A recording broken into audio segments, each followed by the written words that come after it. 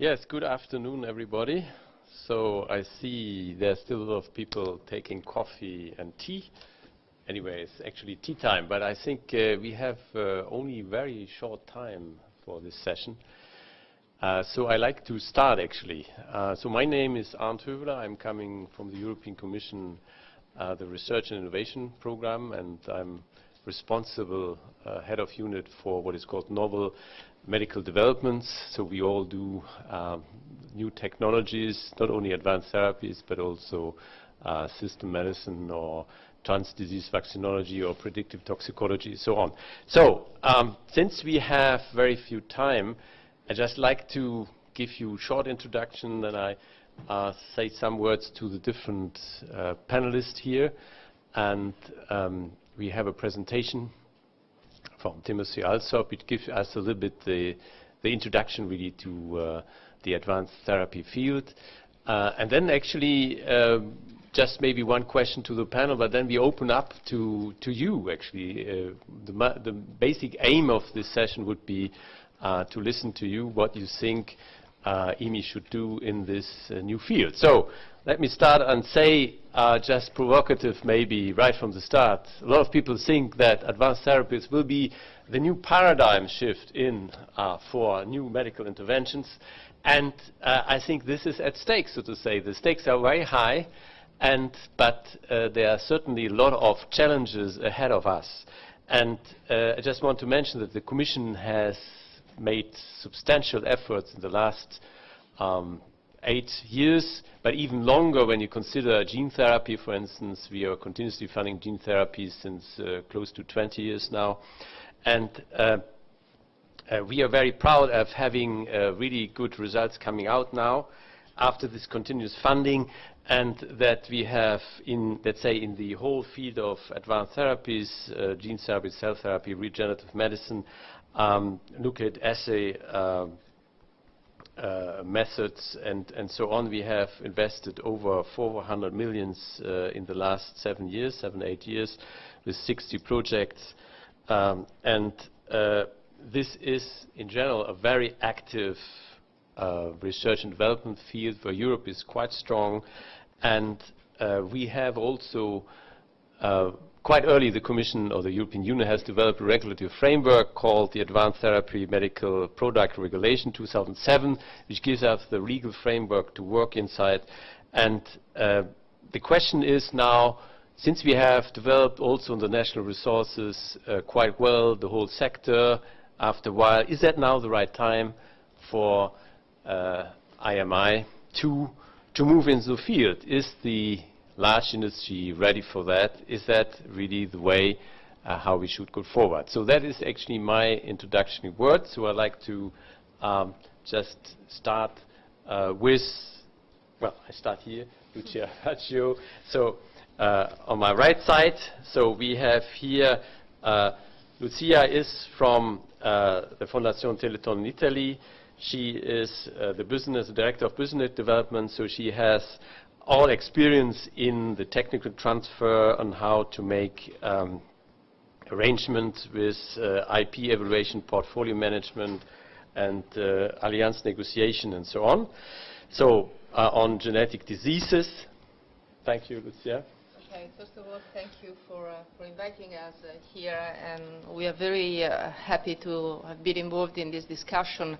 Teleton is, as Arndt was saying, an Italian charity funding research on rare genetic diseases. We have been established in 1995, and so it's several years that we have been funding research in this field, and we are now really approaching finally some good results for the patients. Our mission is really to generate therapies that can then be made available to all patients worldwide.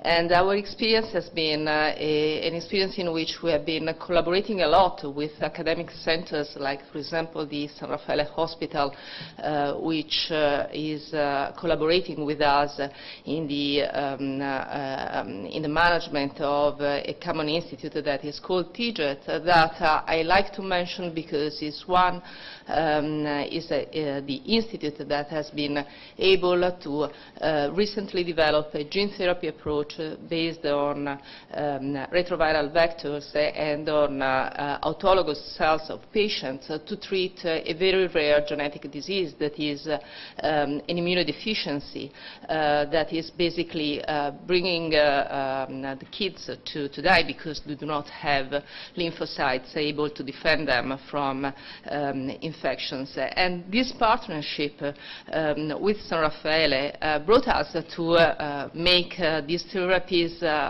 tested in clinical trials and in patients, but then we faced the difficulty of really then making the therapy available to everybody. And the important thing was a partnership that we made with a pharmaceutical company in particular with GSK, that is now taking over this relay race and is bringing this specific advanced therapy to the market, and has been filing a marketing authorization to EMA, which has also obtained an accelerated track for approval, and hopefully this will make the therapy available to the patients. So this is an example on how networks between academic research, charities, non-profit institutions, patients, associations and companies can really make the difference in these new paradigms of advanced therapies. Yes, thank you. So can I go to my colleague, CEO Salvador Roldan, which is a colleague from, just introduce shortly yourself. Yeah, so I work for, is it on? Yeah. So for the European Commission, the unit in the Director General for Health, that is in charge of the regulation of medicines and the authorization of medicinal products. So we look at the regulatory environment, and is the unit that is responsible for the granting of marketing authorizations under the centralized procedure, so all advanced therapies included. My responsibility is in the area of advanced therapies, and what we would like to see is obviously more products coming into the market. We see that Europe is very strong in clinical trials and in basic research, but one common problem that we hear in our talks with the stakeholders is that there is a lot of funding that is available for very early research, but that it gets much more difficult to get funds for later developments, so for the phase 2-3 clinical trial. In this context, public funding is important, but also I can only stress what was said by the previous speaker. Partnership with industry would seem the right way forward in order to translate the research into medicinal products available for patients. Thank you. Yes, so we go to Samantha Parker. So she is Chief Patient Affairs Health Policy Officer, Lysogen in France, Paris. So Gerard, what a statement. Thank you very much, and thank you very much for the invitation. So I work for a company called Lysogen, and it has a little bit of a different beginning. So the genesis of the company was a young lady, a young girl called Ornella, and she has mucopolysaccharidosis of type 3A. And her mother, at the time of her diagnosis in 2005, decided that she would take on the ambition of trying to find a therapy to treat this disease. So that was our very beginning. And from that point in time, she founded a company. She went all throughout the world to look at different research programs. So some of the key words that are buzzing around this meeting that are absolutely essential to the formation of a company such as this is collaboration. So we collaborated throughout different stakeholder groups with patient organizations, with researchers to be able to find out and work on this protocol, and knowledge transfer, so working with these different groups. We were then able to work through and have worked through at phase 1-2, and we're specifically focused in AAV gene therapy, and we're working in neurodegenerative diseases. So we're tackling all the issues with advanced therapy. We're tackling gene therapy with pediatrics and trying to deliver treatment into the CNS. So a lot of these issues, I think, are very, very relevant to this discussion today. And as we now move into our pivotal trial and things that are coming up and to think about whether there's a role within IMI to be able to tackle some of these on a much larger scale and with different industrials and different scientific leaders, our ethics and particularly if we're looking at advanced therapies, whether that be stem cell therapies, gene therapies in pediatrics, and there's really currently no clear guidelines in this area, and I think that there's work to develop there. And also a big issue, again, that was presented by Richard Bergstrom this morning, when we think about access and we're thinking about advanced therapies, we're thinking about gene therapies, we're thinking about treatments potentially will only have once-in-a-lifetime treatment, and so we have to think about costing and access, because all the development we can do, if we can't get the drug and the therapy to the patients at the end of the day, we really need to think about this very early on. So, thanks. Okay, so can I introduce here to my left here, Kim Krieger. So he has the not so satisfactory job to be rapporteur and put some notes down here, but Kim, you would Yeah, like to... I'll try and do my best. I'm with the Danish Ministry for Higher Education and Research. I think that's all I need to say at this stage. Okay, so let's come to the introduction speech from Timothy Alsop. So Tim is from Neucentis Regenerative Medicine, Pfizer. He is actually, I would say, a really stem cell researcher from its source, so to say. And I think we thought that he could best give a presentation, actually, what industry sees, how industry sees the advanced therapy field. Tim. Right. Well, thank you very much, actually, for the introduction, Arndt. And as you can see from my first slide, actually, the task on behalf of my colleagues here that I've been asked to deliver is to really just say a few words to actually set the scene to trigger the discussion. We hope to have a very sort of dynamic and vibrant discussion with you this afternoon.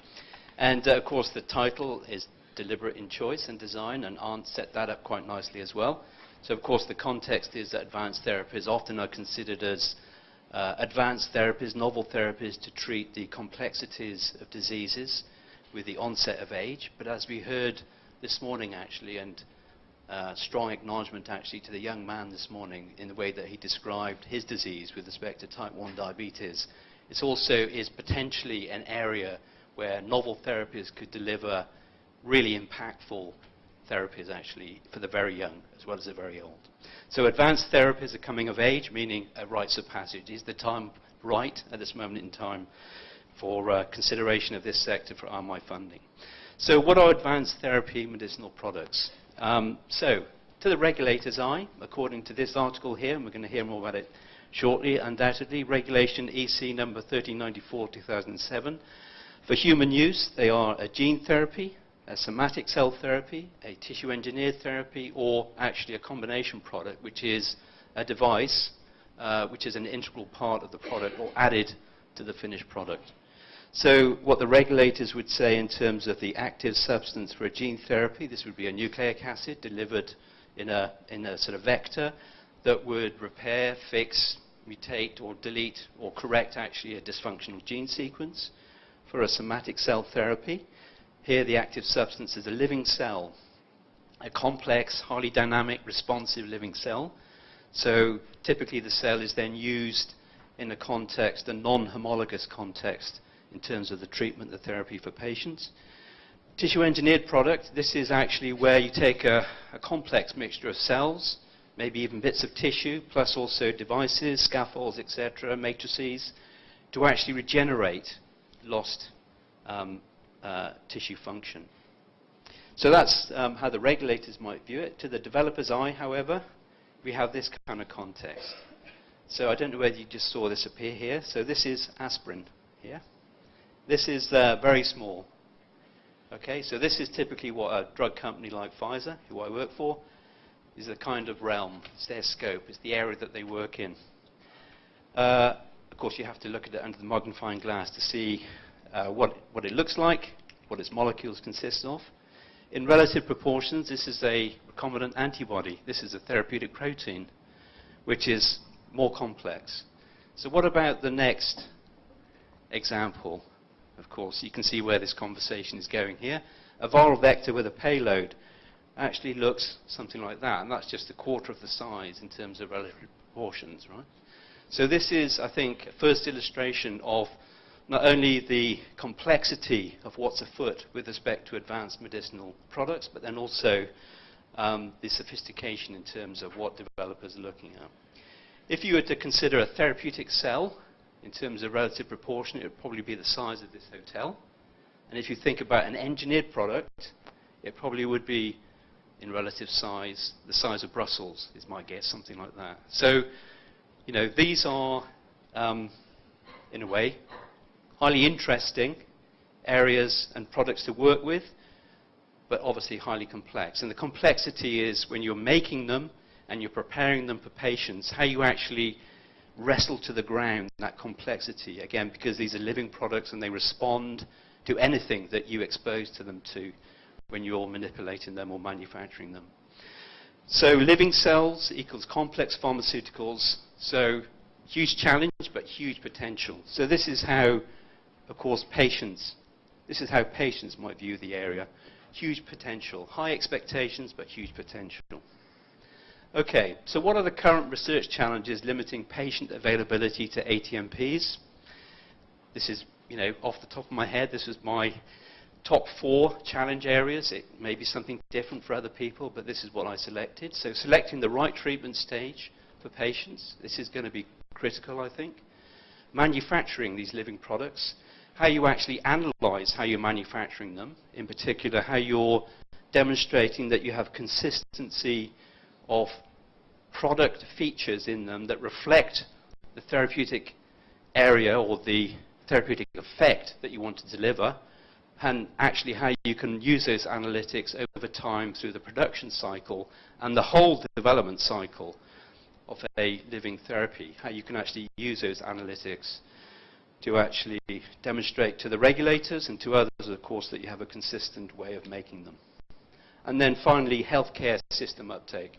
This has already been mentioned today so far this morning. This is a critical component that developers are fixated with in terms of ensuring that what they are developing, people at the end, the healthcare systems and the social care systems, will actually use these novel therapies. So how does the sector currently stand? The progress indicator. Again, there's a mixture of objectivity as well as my subjectivity in this ranking here. I'll be absolutely brutal and upfront with that. But in terms of selecting right treatment stage, I think we're doing not bad. We're in the middle of the range, but we're certainly not in the high end of the range. So we could do a lot better in terms of understanding the nature of patients that critically will be using these therapies in which they'll be delivered. Manufacturing, actually, the sector's doing not badly, actually. It could do more. There's room for improvement, particularly in terms of scaling up and scaling out, but nonetheless, manufacturing is not bad. But analytics, we could do a lot better. I think the critical issues, again, of demonstrating that you can make and deliver, you can formulate these products, these living products, and do it with a sensitivity, a resolution, to demonstrate that you have something safe, and also consistent efficacy, if you like, of that therapeutic product. And the healthcare system uptake, this is really actually where there's room for improvement, significant improvement from the sector. Okay, so what will make a difference? A lot of detail here, but I just run through it. So for the selecting right treatment stage, differentiating results of major symptom modification, so shifting the needle significantly rather than demonstrating that it sort of works to the same extent that a novel biologic works or even a small molecule works. And in particular, if the patient is the donor in an autologous sense of their own therapy, then there are some critical unanswered questions about the level of long-term health status or effectiveness of a patient's own cells for a particular indication that I think the field needs to find some key answers for. So what you can do with patients, stratification. So again, keywords, I mean, it rolls nicely off the tongue, but really this is a critical component, I think, for the sector. Manufacturing, scalable, standardized, consistent, performing closed systems. The state of the art at the moment is heavily individualized. You have workers manually making these products, which is certainly not scalable because at the moment they're very expensive. So you move to closed systems, you automate systems, and that's where the sector's going. Stable, secure raw materials. These products are expensive. They need to be made cheaper. And also you need to demonstrate when you're making them that you're introducing and monitoring critical quality attributes in terms of these living products. Analytics, novel and existing tests validated to link consistent quality, critical quality attributes. So this again is the activity of what you're making, and critically developers demonstrating that this is consistently linked with the therapeutic effect.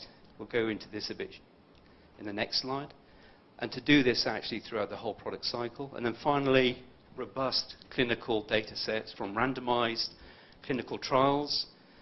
And the healthcare regulators, the systems, they need to see this data, quality data, to actually make their key decisions on whether there is a future for them to actually pay for the use of these products.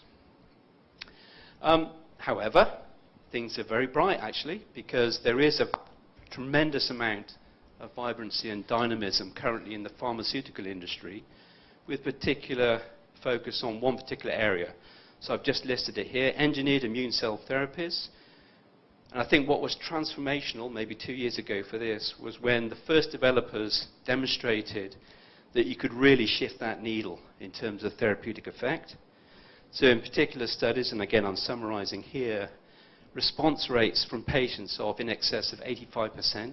In those patients that do respond, in particular cancers that do respond, 100% remission rates. So this, in certain circumstances, the data suggests that you get 100% molecular remission. So total removal, for example, of residual bone marrow disease in these cancers. And reflection of that at the commercial sector, just from the last 18 months or so, in excess of 25 major transactions, each involving a pharmaceutical company. And it's remarkable, actually, that there are some companies in that list who you just wouldn't imagine would have gotten involved in this novel therapy sector. Very, shall we say, traditional conservative companies. So they're seeing the opportunity of huge significance. So what role may FPA companies play in the ongoing evolution of the sector? You've seen the detail there. I'm just going to list through a few. So differentiating results. They can provide companion diagnostics in terms of precision medicine stratifying patients. Expertise in developing target product profiles. So this is the acronym, the terminology used to again link consistent product performance or attributes with the therapeutic effect, and knowing right from the outset what it is that you're gunning for in terms of demonstrating clinical effectiveness. And of course, they may be able to provide contextualized clinical data. And in particular, data that relates to patient biomarkers for immunogenicity. So don't forget, these are foreign particles going in, either gene therapy or cell therapy, going into patients. There's really little precedence in terms of immunogenicity biomarkers for this. So again, I think potentially FPA could provide that. Manufacturing, QMS, strategies for upscaling, processes for commercial batches in particular. So again, anticipating what's going to be needed for late-stage clinical studies as well as commercial production. And then also the experience of supply chain logistics, reducing those cost of goods and the master files. What about the analytics?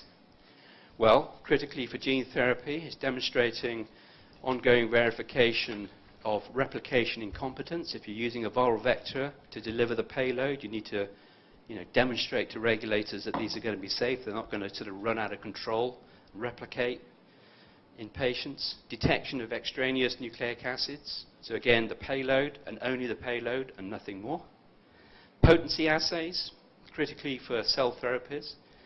So this is a major fixation for the developing field at the moment in terms of what is a high-fidelity potency assay that, again, would link with the therapeutic effect of these products.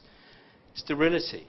It sounds simple, but sterility of cell therapy. So the standard industry tests or way of demonstrating sterility in a product, you just can't apply to a living cell therapy. So what's going to be the replacement?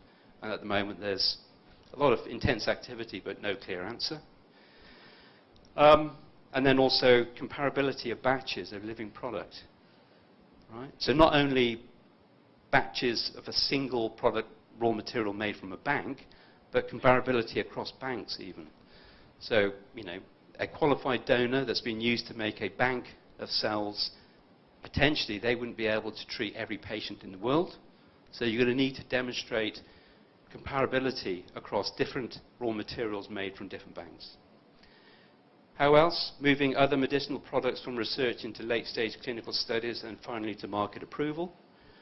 And then, of course, critically, there are years of regulatory authority experience, and in particular, how you might be able to, as a sector, work with the opportunity that regulators have presented in terms of the ATMP unique risk-based approach that's been formulated.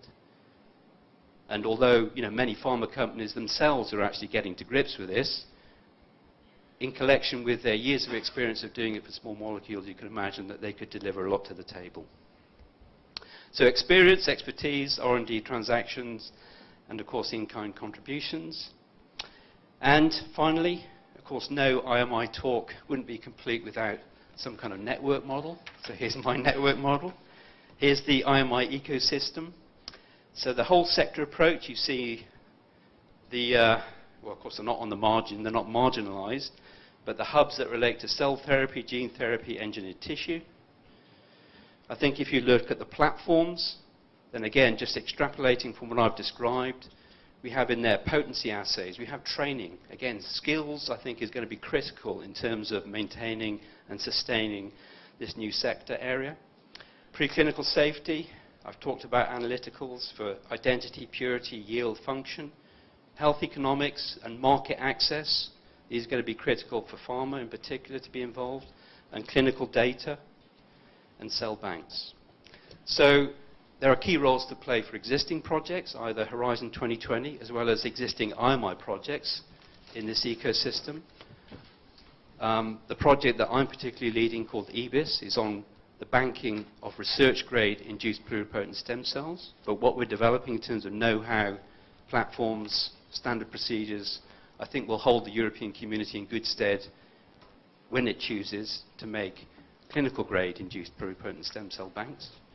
And then, of course, critically, we have government agencies, NGOs, charities, and patient groups. Okay, so this is one idea. There may be others. And so I think here's the opportunity now to maybe lead in to open up the discussion to hear what your views might be in terms of how this ecosystem could develop and be maintained. Thank you. Yeah, thank you very much. Excellent talk. Yeah, I'm in line with what has been said so far, and this was also our experience in the treatment of these rare genetic diseases. I think that this paradigm is very important to create the base through which then gene and cell therapy will be able in the next decades to find an application also for more common diseases, which is something that, you know, from an ethical point of view, as I was saying, you know, it's challenging because you have on one hand treatment of these pediatric diseases with kids that basically do not have another opportunity of cure, and therefore also the reaction also of the regulatory agency in opening up, in accepting the fact that this is a new kind of generation of treatments and allowing in a framework of full safety, obviously, for kids and for the patients treated, but allowing the fact that you cannot use the same kind of regulation and the same kind of rules that have been used for traditional pharmacology, is opening, you know, the field to move forward from rare and untreatable diseases to other diseases that will be rare and will be anyhow stratified according to the specific characteristic of the patients. So I think this is a very important step that is opening the development of ATMPs in the field. Maybe let me put the question maybe back to you, because we are here actually to find out whether that's the right time to go for IMI in the sector. So would it be an argument for you, because it has this potential, but it has also, of course, negative potential, let's put it like that, that would be that an area, so to say, or a matter of concern whether IMI would go into this very, very new sector, so to say. I mean, we are just mentioning gene therapy at the moment, but of course we can take it a lot larger, actually. So maybe a question to the audience and also to Tim, then, in the way we could formulate it just a way of cautious to IMI, not to choose maybe the topic or the target which would be cause most public concern. So how you think about it? Yes? Well, only one word. Is all this sustainable from an economic point of view? We understand very, very well the reason, the scientific, ethical, and that. But is the society ready to sustain all this? Yes. So my comment to that actually is 25 years ago, probably a similar question was asked of therapeutic antibodies, and look where we are at the moment in terms of actual, significant treatments for some major indications.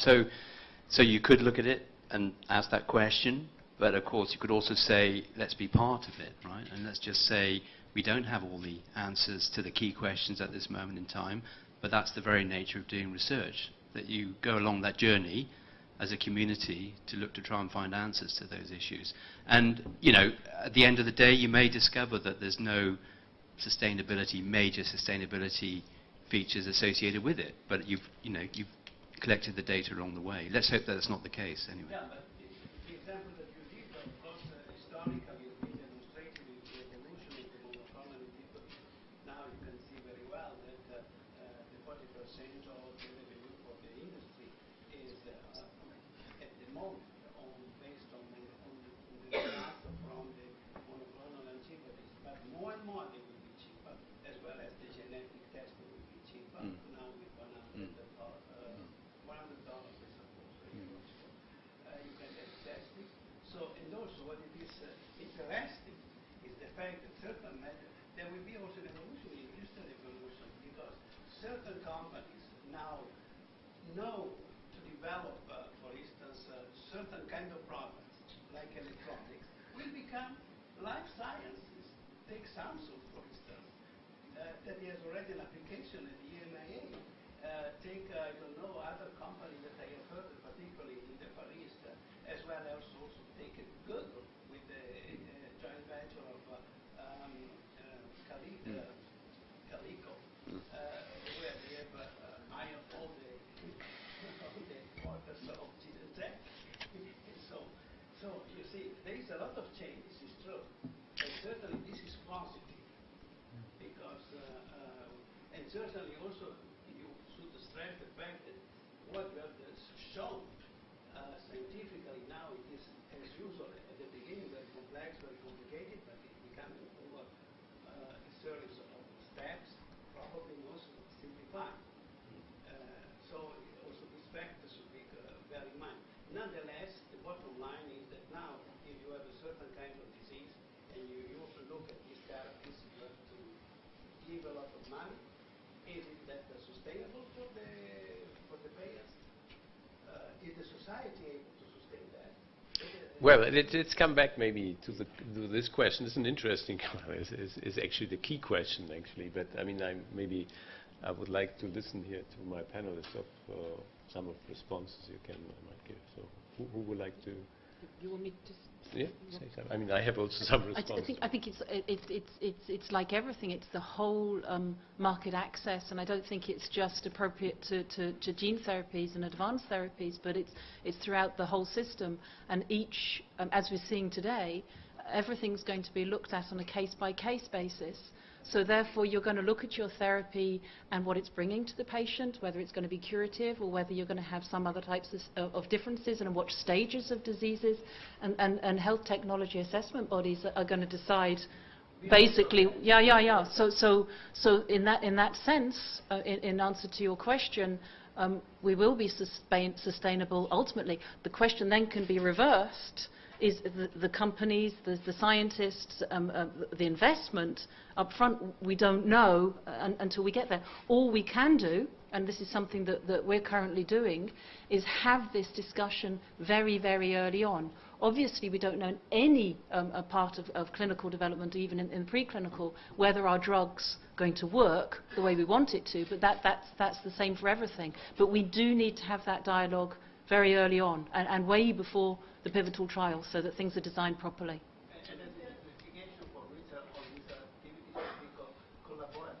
Absolutely. There are so many risks or so many complexities that unless all the forces are coming together, no one can absorb. It's like many other activities.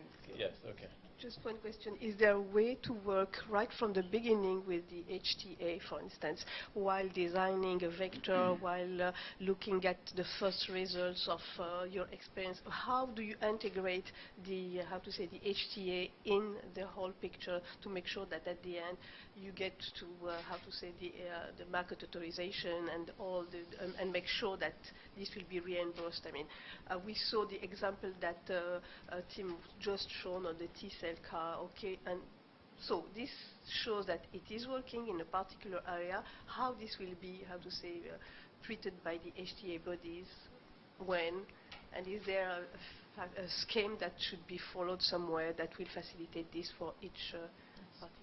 So there's various mechanisms that have now set up in Europe, as we have today, where we have scientific and protocol assistance with the European Medicines Agency or at the FDA. We can now integrate those early discussions with different HTA bodies at a European level or at different national levels. So there's different mechanisms currently that are ongoing. You also have things like conditional licensing, where they're including HTA discussions early on as well. So all of those are relevant, and there's many mechanisms, because it's clear, not specific to advanced therapy. So maybe I should come off that slightly, but not specific to this area. But there's certainly mechanisms that are in place to address that. For regulatory aspects, we have EMA, and it's quite easy to knock at this door and have, advice. But for HTA bodies, it's more difficult. It's at the national level that you have to look for. So probably there are some, advice that should be given right from the beginning to make sure that this... So you need to look on things like UNETA. There's also projects like the MOCA with pricing people, where you had this early dialogue. So, I mean, I totally agree with Samantha, actually, but I guess one qualification I'd make is, I mean, based on what little I know about the way that NICE has been engaged, actually, in recent exercises with respect to looking at this sector, is that I think it will require, going forward, an embracement by HTAs, actually, to actually think a little bit novelly, or through novelty, in terms of how they would design de novo or modify slightly their current ways in which they assess novel technologies. And I think actually, whether it's ATMPs or another type of therapeutic, I think that kind of fundamental approach is useful for organizations to take in terms of how they look at novel therapies. And one of the other aspects I wanted to underline is what role the patient can really play here. I mean, this is a kind of very difficult, scientific arena, and how eventually the patient could help to bring this to the level of market authorization and eventually HTA, because we know that we are talking about rare disease, we are talking about really small bunch of patients, let's say. How can we make sure that they are on board right from the beginning and they are listened at the end? So. again, the patient groups are really included in these mechanisms. So I mean, nothing's ever perfect, I'm sure, but I think what's currently ongoing, I think we're going to see in time how efficient it is, but certainly those mechanisms, and including patient organisations, so that the voice can be heard from the patients, which is so important. I agree. Do you want to? Yeah, as far as patient engagement is concerned, in the committee that evaluates advanced therapies, the CAT, there is representative from the patients. Their input can be in terms of, for instance, providing information or opinions on the efficacy endpoints. Or they vote and they contribute if they consider that the risk benefit is demonstrated or not. They might have a different view to a scientist, because they might think that if you are able to improve your quality of life a little, that's already something that merits a granting of marketing authorization.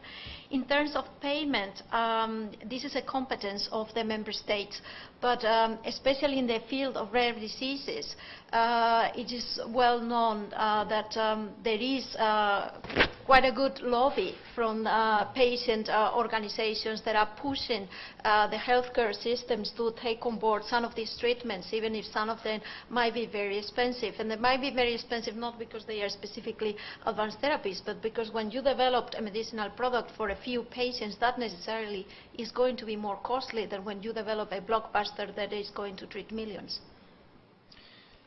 Yeah, so let me make maybe also just 2 or 3 comments on that. I think we have to be clear that also advanced therapy can treat diseases which are untreatable today. I think this is actually the basic message also. And we have just heard a very good example, actually, CAR T cells, you say 100% remission rate. So this, I mean, the cost-benefit ratio is quite clear there, I guess, even from the health authorities. Probably they would accept that. There are other examples which are not so straightforward. So I think at the end of the day, it's not always said that the new product can be even more cost-effective than the current treatment or not current treatment option. Huh? So, well, no, just I mean, you would like to go on. Then, second issue is, of course, I think it's quite clear that for any cost-benefit analysis or putting economics into the health sector, we need some more research also on the methodology, how we assess, actually, how we evaluate the different techniques or the benefits, actually, and I think there's a lot of research to be done, actually. And what I just get out of that is your recommendation, actually, back to FPR, to IMI, is basically that you should consider, actually, this quite late stages of the product development side, that HTA and so on, it's quite important. And of course, and also you will tell me that EMEA is also quite active in trying to find out, to have also networks now, like you mentioned also, Samantha, some networks from HTA bodies in the member states which are trying to cooperate better. But this is a huge task, actually. So I take back the recommendation, actually, that the IMI should take. So can we maybe go to different subjects now, or, I mean, any other question? Any other comments? Yes?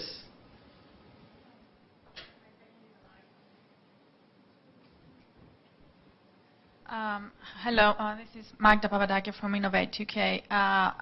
Going back to your point, or your question rather, about the timeliness of a project to be taken up by the IMI, I guess the short answer would be yes. My suggestion would be on how exactly to do that, and Tim put together a fantastic and stimulating presentation. And going back to slide 1, he showed that we're moving away from aspirin and the target product profiles as we know them to that thing, which is a target system profile, basically. So we're now talking about challenges that move beyond single assets and move beyond science to those conditions that can enable the adoption. So we're looking at, of course, making science more clinically relevant and keep, as you said, that analytics loop that can keep informing the life cycle of a product. But it's equally important to look at policies that can help retool, for example, the R&D process. As you say, access and reimbursement and regulatory conditions. Now, the challenge is how to do that, and IMI recently has been increasingly shifting towards more integrated pathways of development with its MAPS or medicines pathways to patients.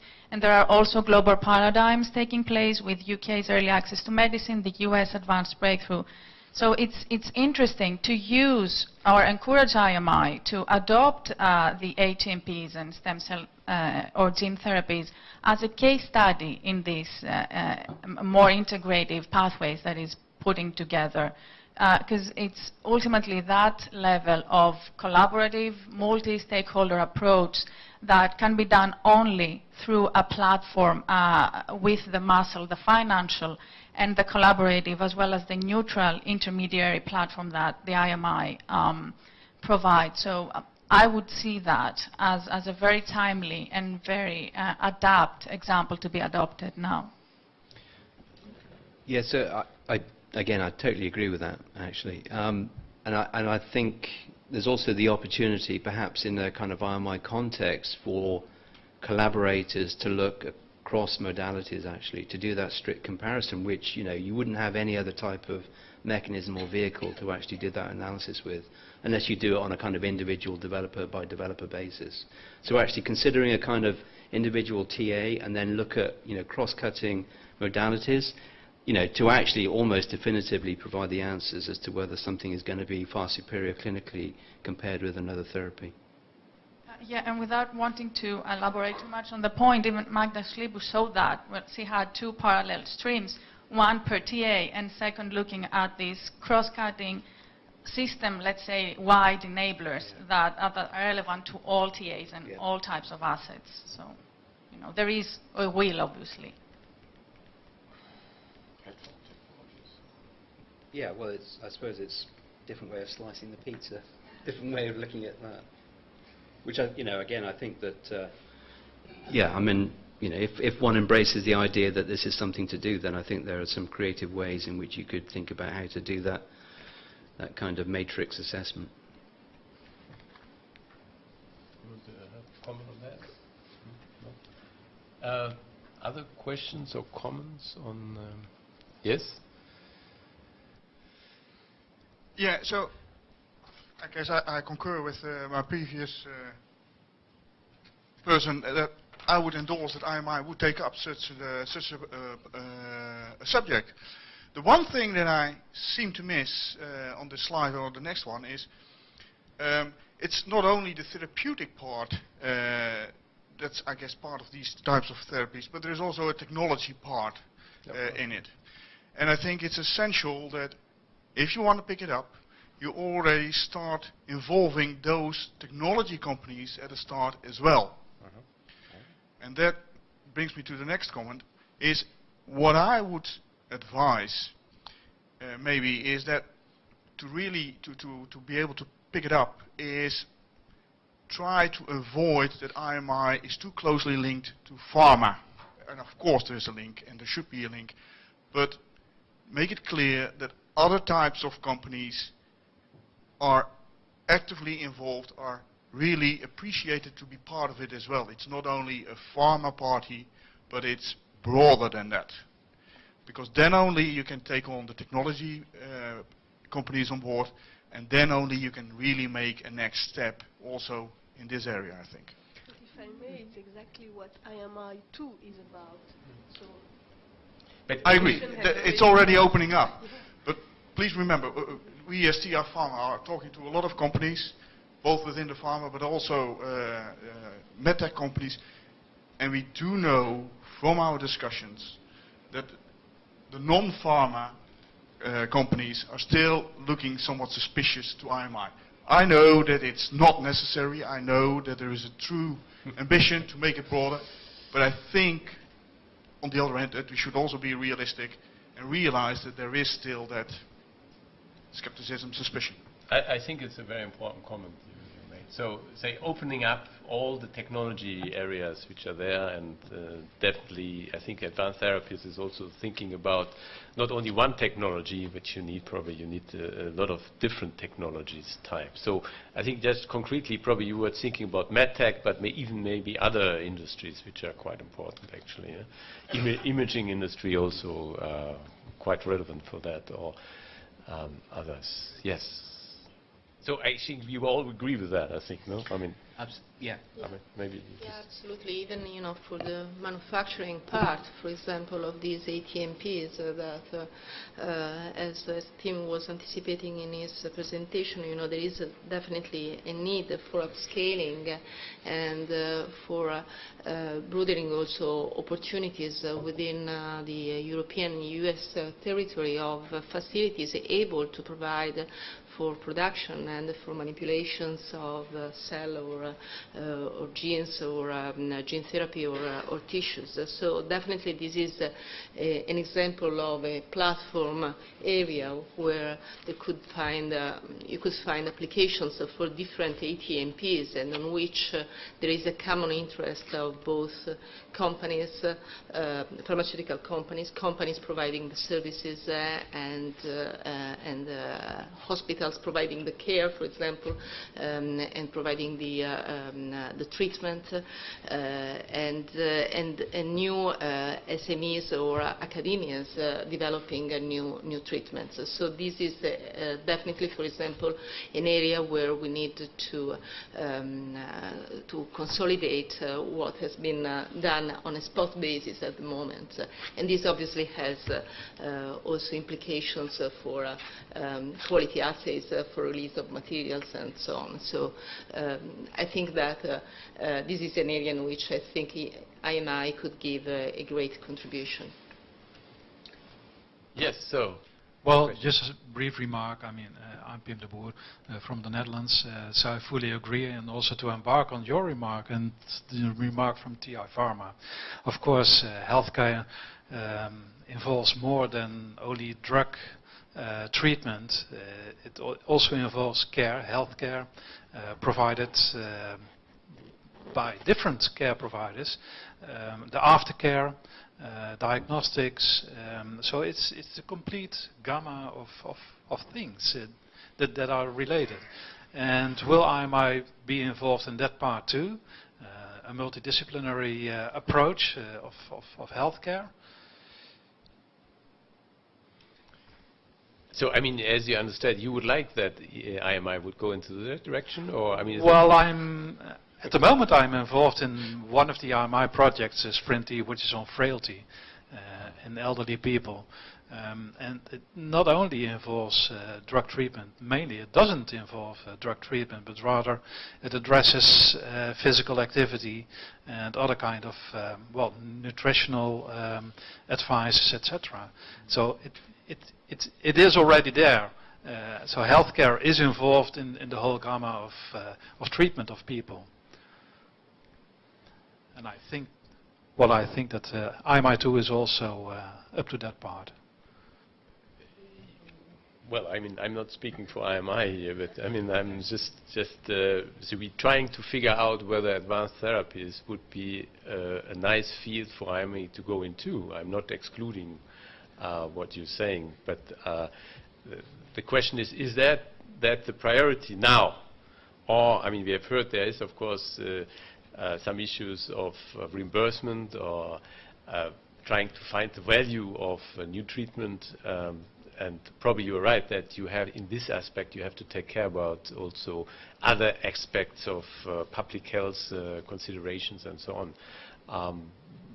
But yeah, so if it goes into that area, then that part needs to be taken into account as well. Yes. No, I agree with you. But anybody would like to make comment on that, or? There is from the audience. There are two ladies first, and then Joris again. Yeah, sorry. Beryl from the research ministry, French research ministry. Just one comment. Just remember about the genome sequencing. Some years ago, it cost a lot of money, and now it's less than 1,000 the loss. So I think that we have to believe into the research and to make the cost less. That's the first part. The second part is what you've said about the gene therapy. The gene therapy or the cell therapy, as most of the time are coming from academic, and academic, they don't have the skill to go to upscaling and to do all what is necessary to get the good manufacturing drug. And so I think this is one part of a good part for IMI to take care. Okay, so Joris. Yes, to answer your question, it is clearly yes. That being said, there are so many other things to do, but this is also the task of IMI to be in this field. I didn't say no, did I? Tim, can I ask you a question about your ecosystem? Yeah, sure. Go ahead. Coming from, and I have always this very, very narrow perspective, and only rare diseases interest me if it's not rare. But anyway, in the rare disease field, there's a great consortium that was initiated thanks to the European Commission and the NIH some years ago, called the International Rare Disease Research Consortium. And I'm quite aware that IMI obviously has connections with that, but there's a lot of work going on. We recently came back from a meeting a couple of weeks ago in Glasgow, and we're discussing advanced therapies, so gene therapy. There's also different areas of research in devices and ethics and things. What would be the role, what could be the connections to reduce duplication and include maybe the ERDIC into this ecosystem in some way that would make it most effective? Well, I think you're absolutely right, Samantha. It's a key issue, right? Because if you'd want to, I think, in terms of the proposal and the planning, make sure that you're actually covering non-redundant areas, right? So whether that means that you do things inclusively, so you include such consortia as that, so you actually get the right questions asked at the outset and involve others in terms of actually then developing the mechanisms or the platforms or however you want to describe it. And actually, you could probably stratify it longitudinally by saying that some of the earlier pace setting could be done in the rare diseases space. So arguably that would be done, in terms of triaged approach for addressing some of the additional advanced, major unmet indications. So I totally agree with you that I think it needs to be included. So can I ask a question of the audience? Is that okay? So a question I have for you actually is, if there are other representatives of FPM members here sitting, listening to this, what your views might be in terms of, if you're not familiar with the space, are you now, enthused, over interested, or, if you are working in it, is it an area that you think actually this kind of model, the RMI model, is one that would actually greatly benefit in terms of delivery? So generally, again, if you're an FPA company representative, what is your perspective currently?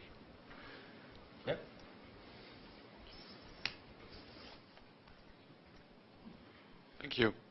My name is Thomas Schlange. I'm working at Bayer in Germany, and I'm coordinating an IMI project on liquid biopsy called Cancer ID. So I'm not really from the advanced therapies field, but there were some issues being raised that also apply to our consortium, one being the health economics aspect. And I can only strongly support to put a broader emphasis on that, because it's highly important for what we are doing. And we can come up with fancy solutions for incredible things, but they need to be affordable. And so even coming to the point of sequencing, of course, now it's much cheaper than it used to be. It's still too expensive to be in the clinical practice everywhere. I know there are many clinics who try to sequence each and every patient that comes in, but this is not really what the average patient really sees. This is important. And for us, we are facing currently the discussion on developing CTC, so circulating tumor cell-based tests. There is a standard of care, or like a gold standard if you want, the cell search system, which counts circulating tumor cells as a prognostic test. It's around $700. I don't know the European price actually. But it's not being as widely used as we would wish for to really come up with broad databases, because it's too expensive. So what is the ideal price for prognostic versus a predictive test? And I think that's really important. And just let me briefly comment on one other issue, which is the involvement of other companies, not being pharma companies, not being FPR members in IMI projects. I'm a bit surprised by that, actually, because we are at the intersection between diagnostics and pharmaceutical development. And actually, the companies were very open to participate in the IMI project. I mean, we needed to approach them because we are still IMI 1, and this is not in the IMI 1 agenda. But I think it's a bit about promoting IMI as well, and being proactive and talking to people. And I think this really helps. And I can only encourage people to do that. I think it's important to have other companies on there. Okay, other feedback to the question from Tim, or otherwise, I would like maybe if anybody of the panel member, because I see that we already a little bit over time now, 7 minutes left. Yeah, no, but this is, I don't know where it comes from. But anybody would like to give a final comment, or if you just final comment from the panel? But short, I mean, so, because I have to summarize it. Very, very briefly, I think that the advanced therapies is a very important field in which all the partners intervening in the development of it need to set the framework within which this approach can be developed to make it really a new generation. As was a comment from the public, was academic institution might not have, a non-profit institution, all the tools and the necessary knowledge to arrive to the market. That is a very important thing that, for example, in the new ATMP regulations needs to be considered, for example, for implications like hospital exemptions and possibilities of developing approaches to new therapies within different frameworks depending on the different countries in Europe. So I think that a regulation that is consistent in all the different countries in Europe is very important to make success out of ATMPs in general for cell, gene and tissue engineering. Just a few comments. I'm a passionate enthusiast, so I think the time is right. I think this is definitely something that the RMI2 should look at and seriously consider. And I think it would be a really good thing for Europe as a sound reflection of what's going on internationally. So it's another opportunity for Europe to put that flag in the sand, actually, and really make a point with respect to the development of these therapies. I can only echo that and just feel that the timing is really right, and there's so much that we can do in that pre-competitive space as far as collaboration is concerned to really be able to speed up the very necessary research in this field. And I can only conclude by saying a bit the same. We are confident that this is an area that is going to bring a lot of really good products in the future. And we need to work together both from creating a regulatory framework that is fit for purpose, and also in terms of investment in the right projects, the projects that can help delivering the product to the market. So as close as possible to the development of real product, not so much. I think that the time is ripe now to move from theoretical research into more concrete research that can help translate into real products. Yeah, so I have 2-3 minutes for final conclusions. Well, final conclusions, but maybe I like to help my rapporteur also. Tell me what you think.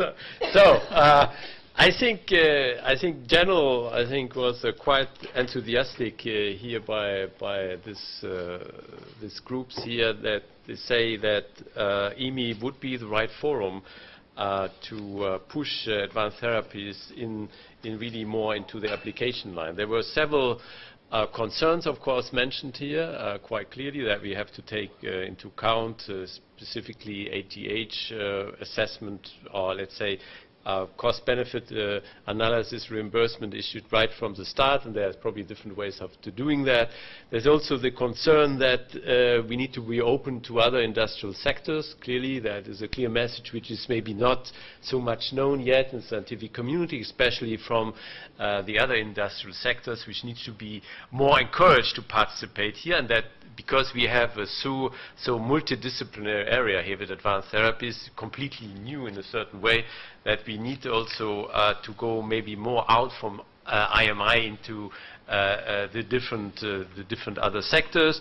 There are actually a lot of recommendation already where IMI could maybe more focus on, scale up, but and actually also, so to say, this twin track approach, having on one side the technology focus, on the other side also really the proof of principle clinical trials, actually, which is quite important, so the gate opener for any applications.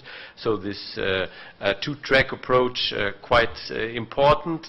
And I think at the end of the day, so far how we see it from the Commission, because we have financed the area quite a lot in the last 7-8 years, the HTA pipeline has been so far developed in medical charities, basically academic medical centers and SMEs, but the large industry had been on the sideline, so maybe now is the right time that industry, the large industry is joining up with all the different actors, because we have first successes coming up. And we don't like to be too late to jump on the train, actually, and I think we need to be quite innovative. But I think what I hear also, so to say, that we need to maybe to look also and onto the international scene, actually, what the US is doing with other countries, and also trying to have even stronger coordination. That's my personal opinion also for the regulatory authorities, because I think is a lot of things, at least from the SME side, which is not so well known in the regulatory context we have in Europe, and definitely the large industry and IMI can be very fruitful in this aspect. So with these words, thank you very much. Thank you, panelists, and we see each other in, whatever, 5-10 minutes. Thank you. Thank you.